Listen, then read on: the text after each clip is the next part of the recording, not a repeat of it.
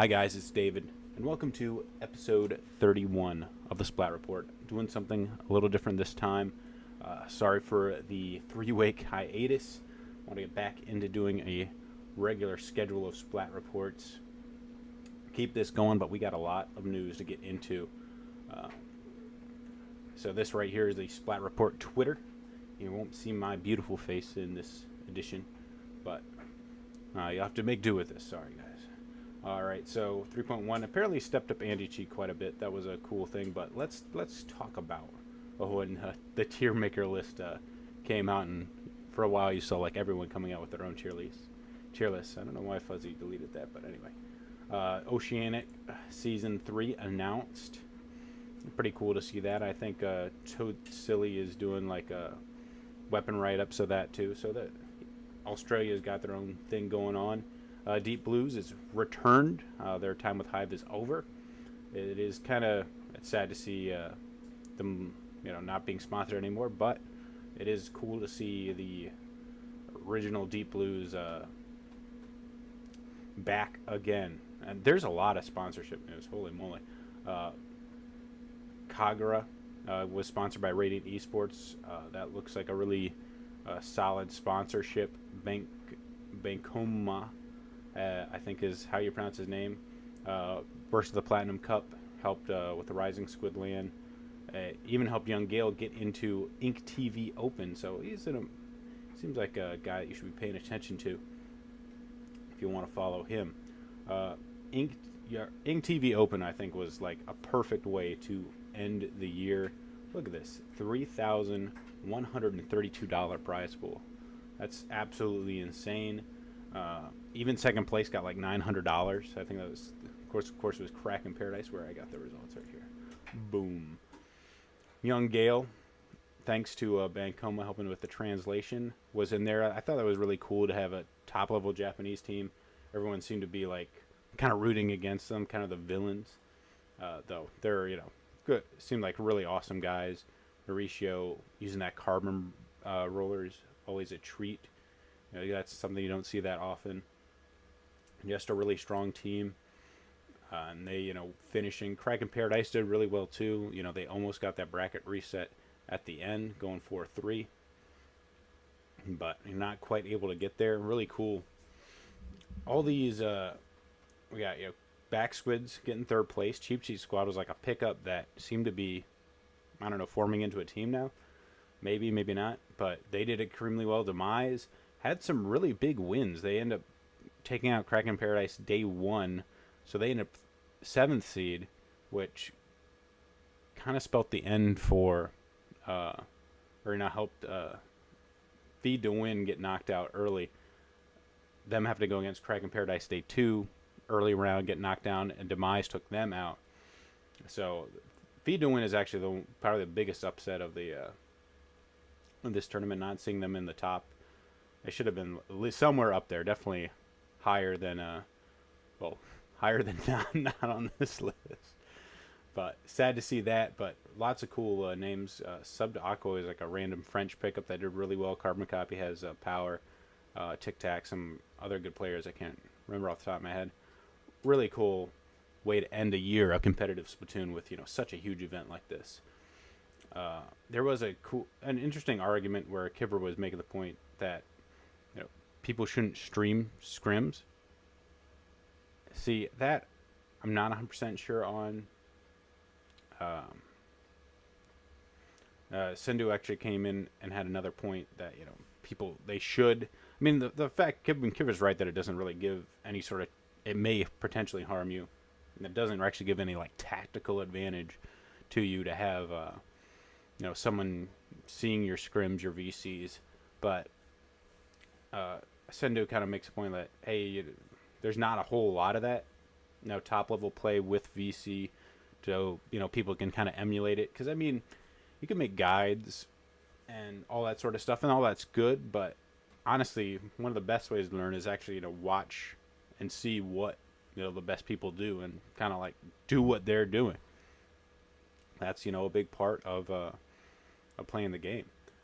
All right, so that's just sort of an interesting argument that came out of it. We got the January stages, pretty cool. This was actually FLC came out with this sort of team composition guide, and it is pretty amazing. Let's see if I can open a link, a new tab. Really robust explanation of building a team priorities. It has it all. I mean, if you want to get in competitive Splatoon, or just want like a sort of a document to build your team around, this is it. I won't go over the whole thing because it's humongous, but I think one of the most interesting parts, and I think one of the things that he focuses on more than anything, is the this idea of a skirmisher fighter. And it's one of the things I think was kind of lacking in sort of terminology is you just have like front line, midline, backline, and the idea that the two, if you're running two front lines, that they have different roles, like that a splatter or Kenza dualies or Emperi dualies, they play more like the sharking, flanking type of role, while another front line plays a sort of distraction,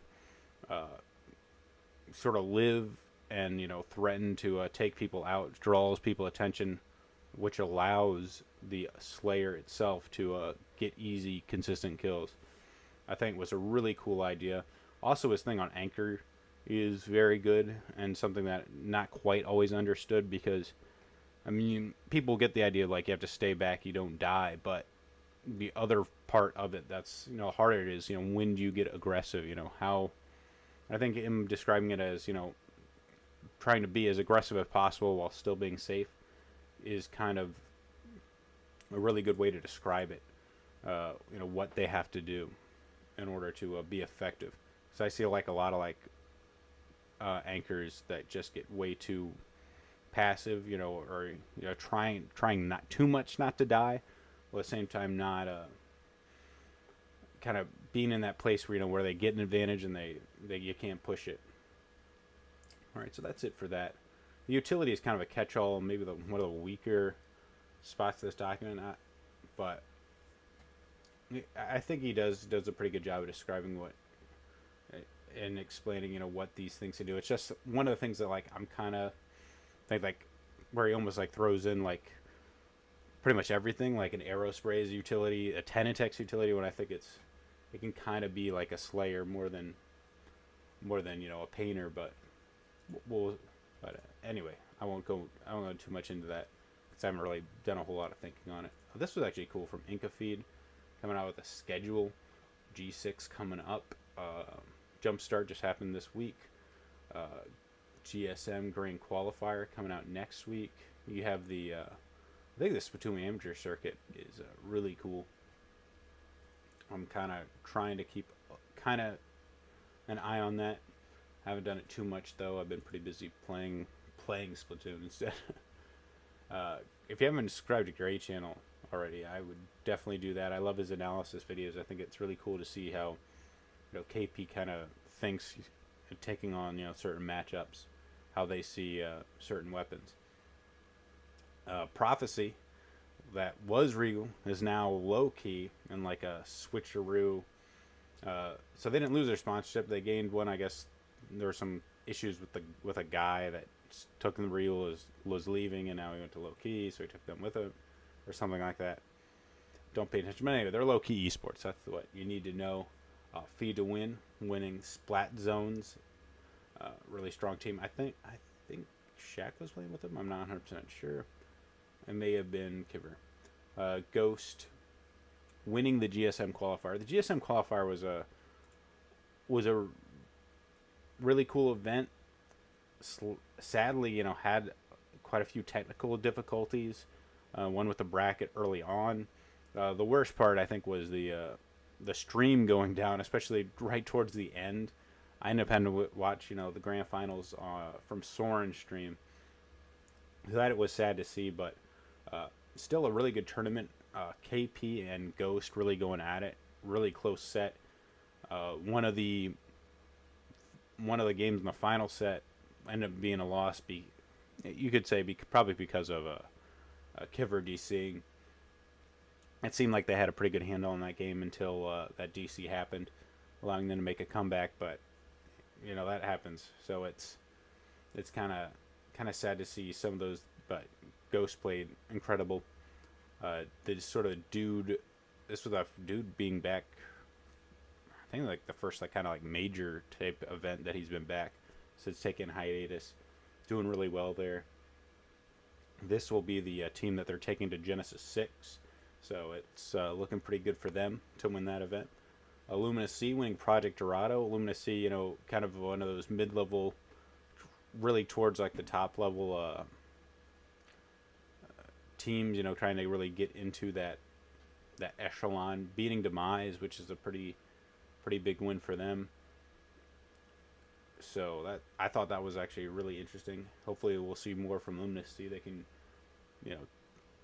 consistently get more wins like that.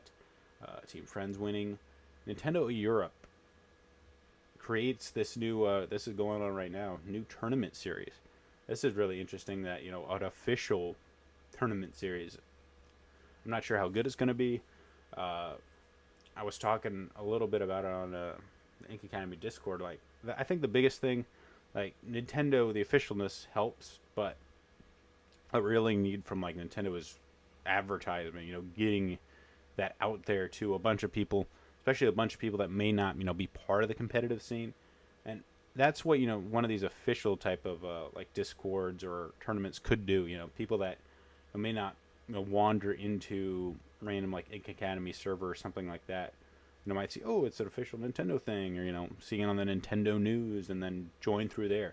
I mean, that can be really huge, especially when you see that sort of news feed. Everyone that opens their Switch sees that, and if that starts getting onto that feed, then anyone that's playing Splatoon was basically gonna end up seeing that feed in some way.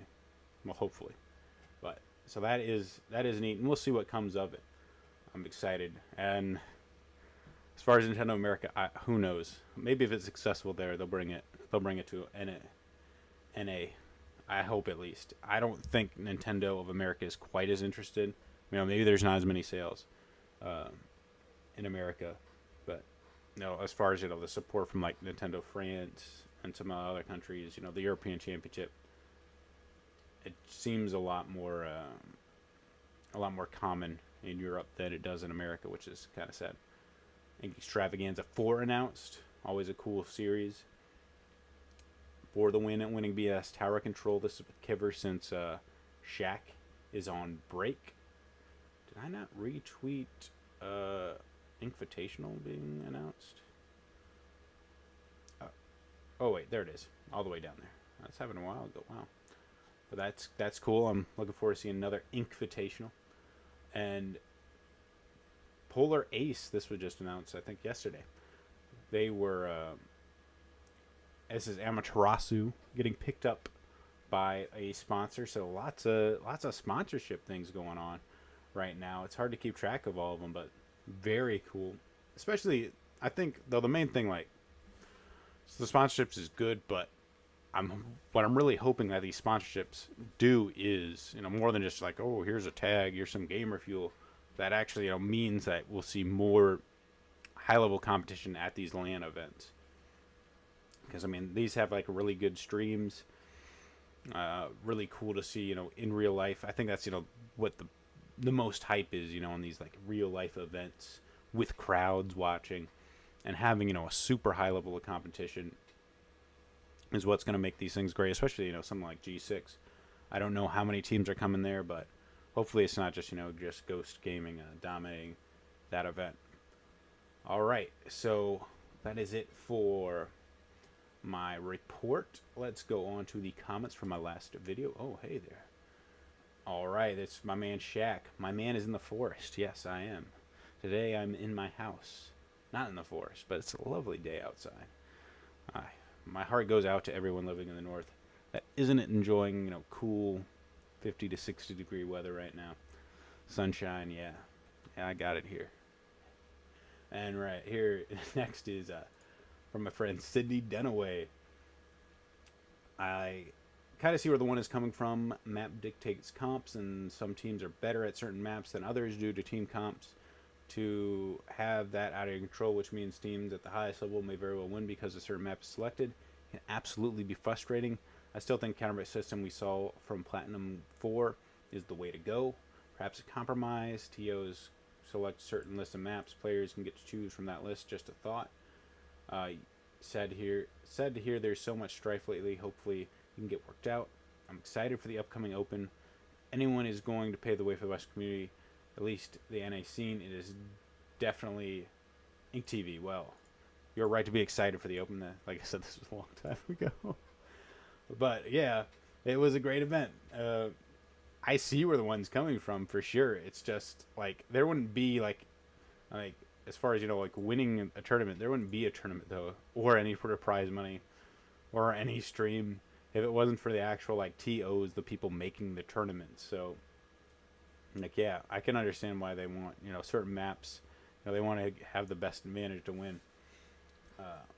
But they, at the same time, they understand that they wouldn't have anything if it wasn't like the tournament organizers taking time and making these. I also like one argument that like it's brought up like that I do not freaking understand at all is like they're not even in competitive. Like what kind of stupid ass argument is that?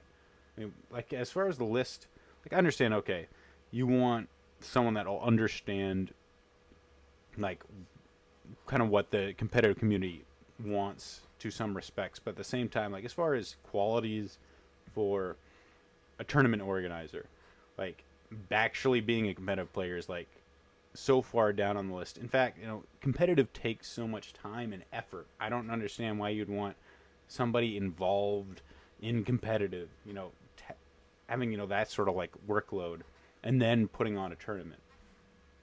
Like I know Sendu has like in the zones and it's nice, but it's like nowhere near the level of quality as far as the presentation that something like InkTV, GSM, Endgame put on. And that's because like he's only one guy. It's like, and he has a few people helping him, but the fact that InkTV, these organizations, that's what they do. That's what they're really interested in, and having them put all their time and effort towards that rather than worrying about being on a team is something I'd rather have than a competitive, someone that's really understands and or it's kind of sort of the part of the competitive clique, if you will.